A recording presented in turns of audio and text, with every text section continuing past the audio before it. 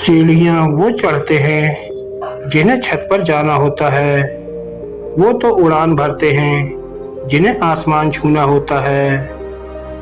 एक इंसान बड़ी परेशानी में था। उसकी लव लाइफ खराब हो चुकी थी। फैमिली वाले साथ नहीं दे रहे थे। वो जो भी बिजनेस कर रहा था वो डूब चुका था। कुल मिलाकर उसकी ज़िंदगी में एक परेशानी ख़त्म नहीं होती तो दूसरी खड़ी हो जाती थी। वो अपनी ज़िंदगी से इतना परेशान हो गया था कि अपनी ज़िंदगी ख़त्म करने चला था। वो एक पहाड़ पर चढ़ गया। जब वो पहाड़ पर पहुंचा तो वहाँ एक बाबा जी पहले से तपस्या कर रहे थे।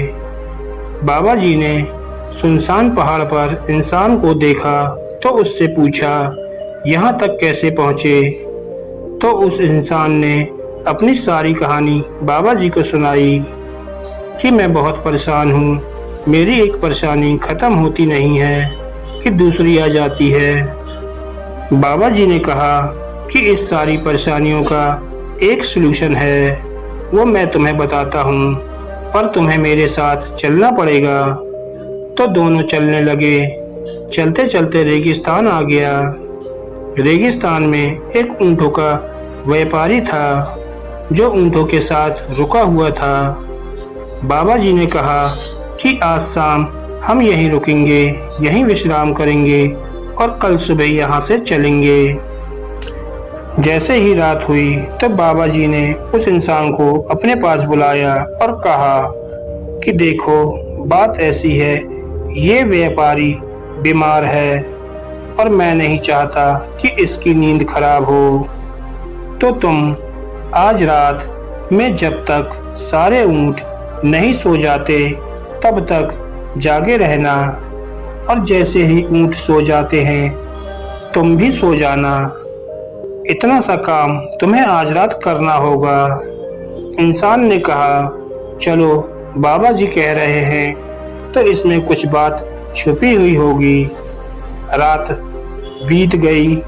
अगली सुबह जब बाबा जी उस इंसान के पास पहुँचे और पूछा, नींद सही से हुई कि नहीं? तब इंसान बोला, कहाँ नींद आई, यहाँ एक ऊँट सोता तो दूसरा उड़ जाता। रात भर ऐसा ही चलता रहा। पूरी रात मुझे नींद नहीं आई।